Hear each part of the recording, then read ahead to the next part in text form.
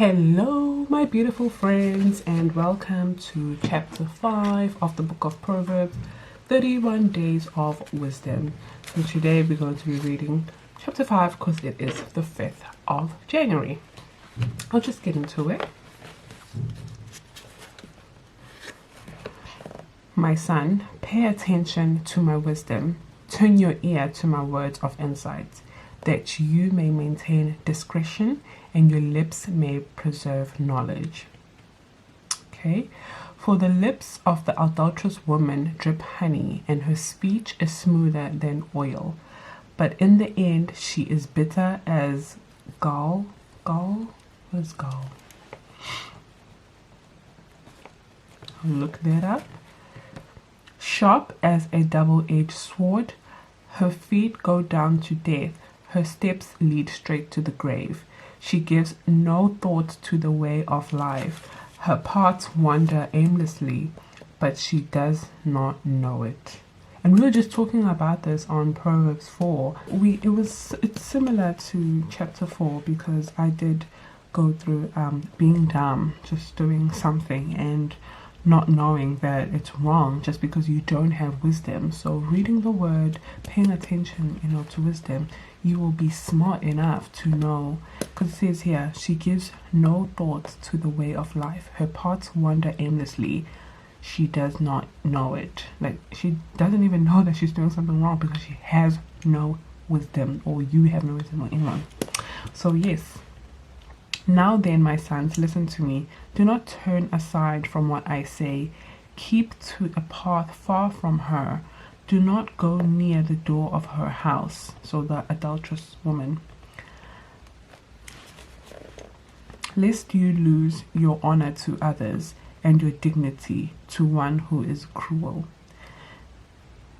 Lest strangers feast on your wealth and your toil enrich the house of another. Toil.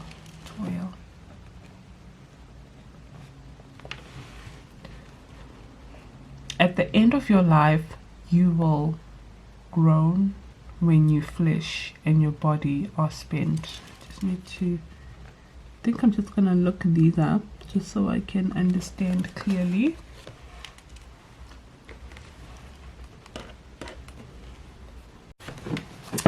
Okay, so gall is rude, toil is hard work, and groan is cry.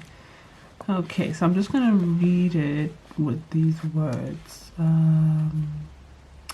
Okay, her speech is smoother than oil, but in the end she is bitter as rude, a rude person, you know how bitter they are, sharp as a double-edged sword. And then down here is, lest strangers feast on your wealth and your hard work enrich the house of another. So that's what you pay with all of that, with not having wisdom and listening to the adulterous woman. And then it says, at the end of your life you will cry when your flesh and body are spent. You will say, how I hated discipline, how my heart spurned correction. So rejected correction. I would not obey my teachers or turn my ear to my instructors, and I was soon in serious trouble in the assembly of God's people. Drink water from your own cistern.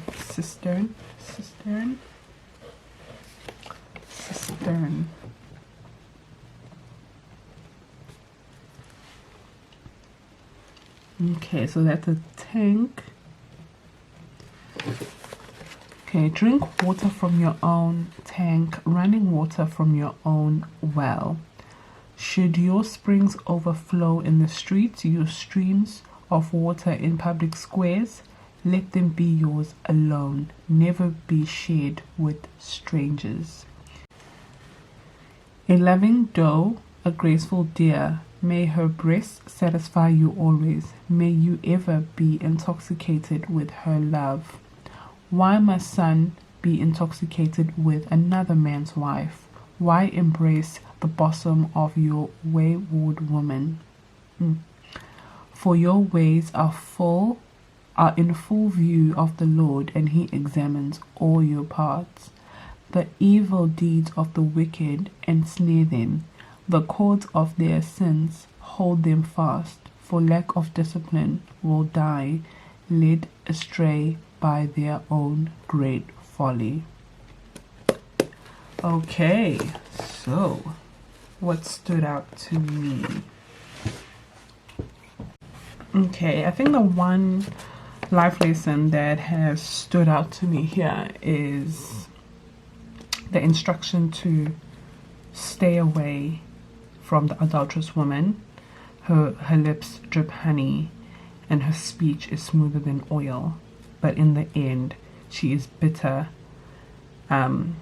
sharp as a double-edged sword, and her feet go down to death. Her steps lead straight to the grave. Give no thought to the way of her life. Her paths wander aimlessly, but she does not know it. So that is a good life lesson to, it's not just men, because I know it means adulterous woman, but even adulterous men, to be careful of that. If you are married, to not go around, doing stuff with other people, because in the end it will be so bitter. You're going to regret it. Your feet will go down to death. You're just not going to be so unhappy.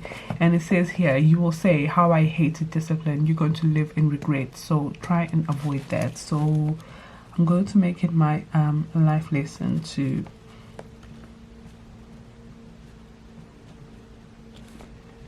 be careful of lips that sweet talk you, because it is not worth it.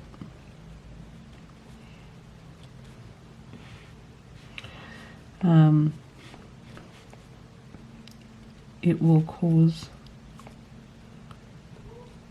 problems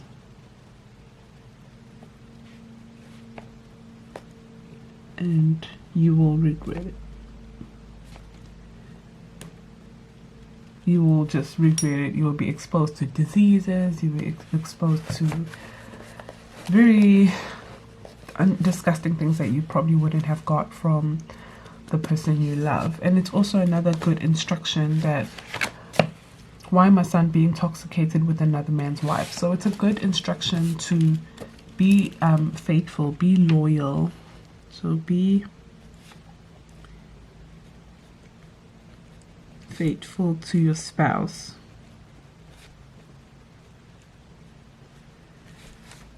And then the promise is being unfaithful brings intoxication. It's like brings toxic diseases and just unhappiness. And it says, for your ways, it says, why embrace the bosom of a wayward woman? For your ways are in full view of the Lord, and he examines all your path. So it's another instruction that the Lord is watching everything. So don't think that you can just get away with something. Basically, you always going to, reap what you sow. You're going to pay for the sins that you are doing. The evil deeds of the wicked ensnare them, so it traps them. The cords of their sins hold them fast. For lack of discipline will die led astray by their own great folly. So lack of discipline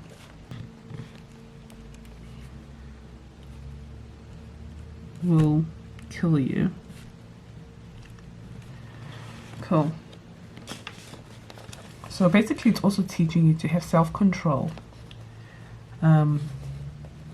because there are temptations. There are people who just come to you with wicked reasons and motives, but you have to have self-control and not it says here, drink water from your own tank, running water from your own well. Should your springs overflow in streets, your streams of water in public squares, let them be yours alone, never be shared with strangers. So yeah, so as I was saying about temptation, there's also a part here on 8 that says keep to a path far from her, do not go near the door of her house. So the instruction is don't even get close to anything that could, tempt you to, prostitutes or whatever. Or getting drunk and going to clubs, when you're married or whatever. Lest you will lose your honor to others and your dignity to one who is cruel. And lest your strangers feast on your wealth. Imagine a prostitute feasting on your wealth, then your family. And your hard work enrich the house of another. At the end of your life, you will be crying when your flesh and body are spent, when your flesh and body is deteriorating because of all the diseases you have got from not being faithful to your spouse, your wife, your husband. So I really hope you enjoyed this chapter. It was quite deep, I must say. I just have to put it out there that God is a very forgiving Father, and if you have tripped into such temptation, like me, like anyone in this world, no one is perfect. Just apologize, ask for forgiveness. He will forgive you. Don't be a fool and repeat the same mistake. Let's learn from our mistakes and let's honor God's word and pay attention to wisdom, because it will make your life much easier and prosperous, as it said on the other chapter. Thank you so much for watching, guys, and I will see you tomorrow. Bye.